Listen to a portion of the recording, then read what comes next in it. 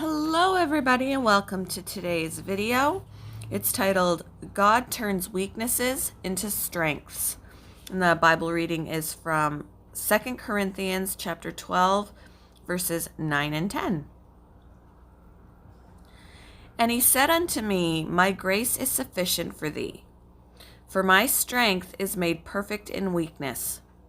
Most gladly, therefore, will I rather glory in my infirmities, that the power of Christ may rest upon me. Therefore, I take pleasure in infirmities, in reproaches, in necessities, in persecutions, in distresses for Christ's sake. For when I am weak, then I am strong.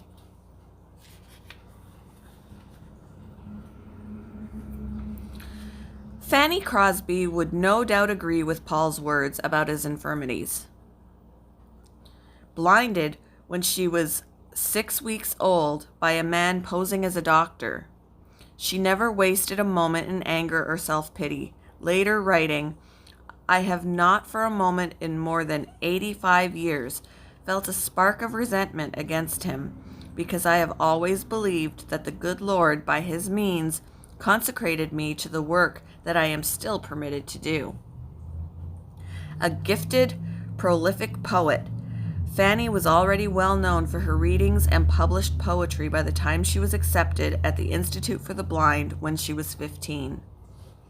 With a mind like quicksilver, she memorized great works of literature, including most of the Bible. She remained a student at the Institute for 12 years, then was a teacher there for 11. All the while, her poetry circled the globe, and the young girl found that by 18, she was receiving visits from presidents and dignitaries. At 23, she stood before the U.S. Congress, and at 24, published her first book. But she was not yet a Christian. Fanny had loved the language of the Bible, but its message had never opened her heart.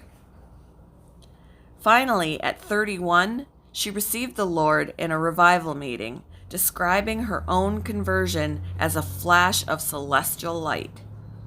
God touched her mind and soul, and the floodgates opened.